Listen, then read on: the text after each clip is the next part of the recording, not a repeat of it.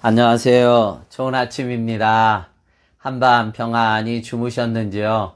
주님의 이름으로 문안 인사 드립니다. 하루하루가 하나님의 은혜인 것을 다시 한번 고백합니다. 참 어려운 시절, 이 감염 속에서도 우리의 생명을, 영혼을 지켜주신 하나님을 찬양하옵고 이 한날도 하나님의 은혜로 승리하시기를 주님의 이름으로 축복합니다. 오늘 목요일 11월 12일 오늘 본문의 말씀은 다니엘서입니다. 1장 8절 9절 두 절의 말씀 제가 읽겠습니다.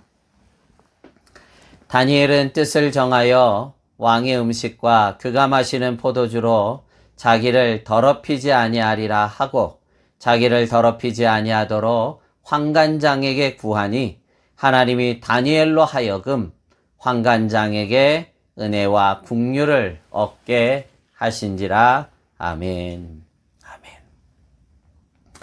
아멘. 고대 제국들의 식민지 정책들은 각 나라마다 다양했습니다. 우리가 아는 로마의 식민지 정책은 그 식민지 나라의 총독을 파견하여서 그 나라 고유의 종교나 문화를 인정하면서 조공만을 바치고 거두도록 한 것이 로마의 식민지 정책이라면 오늘 다니엘서에 나와 있는 바벨론 제국의 식민지 정책은 그 식민지에 있었던 아주 뛰어난 그 젊은이들을 포로로 잡고 그들을 자신의 나라에서 교화시켜서 자신들의 충성된 신하로 발탁하여서 쓰는 좀 더 포괄적인 정책을 쓴 나라가 바벨론 제국입니다. 이러한 정책 때문에 남유다가 멸망하여 바벨론의 포로로 끌려갈 때 많은 젊은이들이, 참 유능한 젊은이들이 포로로 잡혀가게 되었고 그 중에 대표적인 한 사람이 바로 다니엘입니다.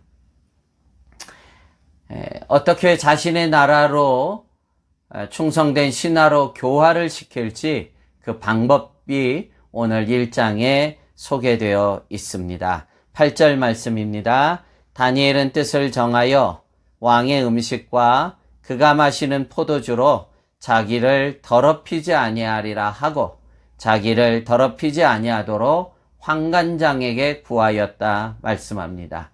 그러니까 그 바벨론 황제가 먹는 그 음식, 그 포도주로 이 젊은이들을 대접하는 것입니다. 참 어찌 보면 참 후대하는 것 같고 선대하는 것 같지만 문제는 이 왕이 먹는 음식이나 포도주는 대부분이 율법에서, 하나님의 말씀인 율법에서 금지하는 식재료가 대다수였고 이미 왕이 먹기 전에 이 음식들은 신전에 바친 제물들이었습니다. 그러기에 오늘 다니엘이 다른 것보다도 이런 것들을 통해서 자신을 더럽히는 것을 못 견뎠던 것입니다. 그렇게 교모하게 자신들이 섬기는 신전에 드려진 음식으로 마치 왕이 하사하는 것 같지만 그렇게 해서 이들의 정신을, 이들의 종교를, 이들의 문화를 말살하고 바꿔버리는 것입니다.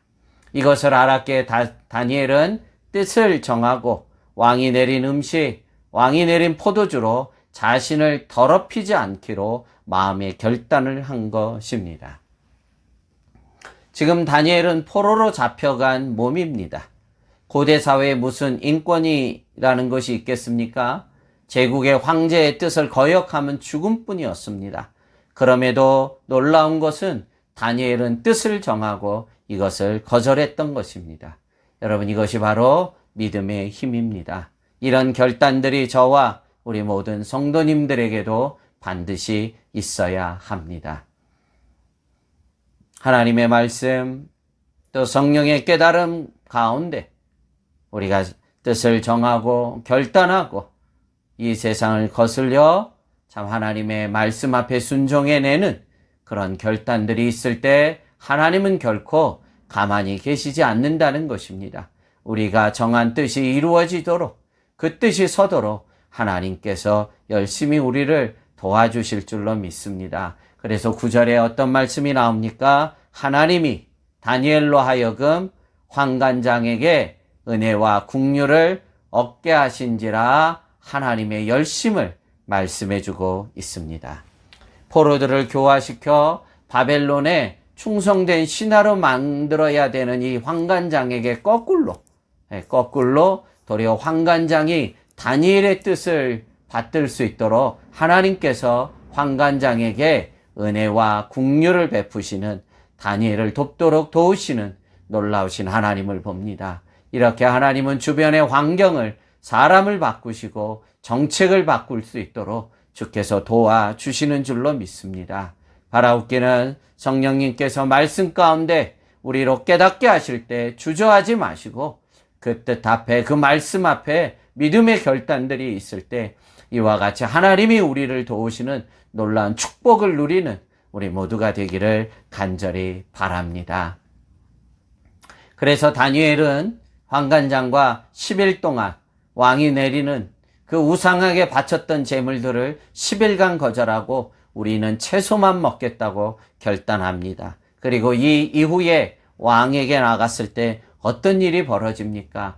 여러분, 오늘 바이블 타임 다니엘서 1장 전체를 읽다 보면 그 마지막 20절 9절에 어떤 놀라운 일이 일어납니까? 20절입니다. 왕이 그들에게 모든 일을 묻는 중에 그 지혜와 총명이 온 나라 박수와 술객보다 10배나 나은 줄을 아니라. 아멘. 무슨 이제 1차 테스트처럼 그렇게 훈련을 받고 교화를 당하고 왕에게 쭉 나갑니다. 왕이 그동안 얼마나 공부를 하고 또 얼마나 교화됐는지 변화됐는지 묻는데, 놀라운 것은 이 바벨론의 왕의 말 앞에 왕이 놀란 것은 자신의 나라의 박수나 술객보다 10배나 더 그 지혜가 뛰어났다는 말입니다.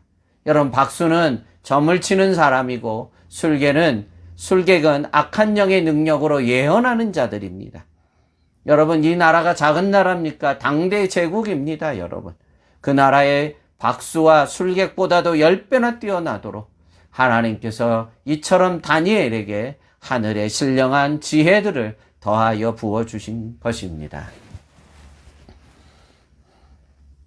어렵고 힘겨운 시절이지만 우리 성도님들도 이번 기회에 믿음의 결단들이 다 있기를 간절히 축복합니다. 그래서 우리가 과거처럼 이제는 살 것이 아니라 참으로 우리의 생명을 더물어 주신 하나님께 감사하면서 하나님 앞에 믿음의 결단들을 통해서 새로운 인생, 참으로 멋진 인생을 우리 살아가도록 믿음의 결단들이 있기를 축복하며, 그러할 때 하나님은 반드시 우리의 인생을 도우심을 믿고 그렇게 놀라운 기적의 삶을 살아가는 모든 성도님들 되기를 주님의 이름으로 축복합니다. 기도하겠습니다. 하나님 아버지, 참 환난의 극치의 시절이지만 오늘도 말씀 가운데 성령의 깨달음 가운데 믿음의 결단들을 하는 성도들을 도와주셔서 참 이전의 삶이 아니라 이제는 참 마지막 때 오직 믿음으로 살아내는 귀한 결단과 도전이 있는 성도들이요, 하나님 기름 부어주셔서 하나님의 도우심을 통해 놀랍고 새로운 인생들을 믿음으로 살아내도록 은혜를 더해 주시옵소서. 감사하고 예수님 이름으로 축복하며 기도하옵나이다. 아멘.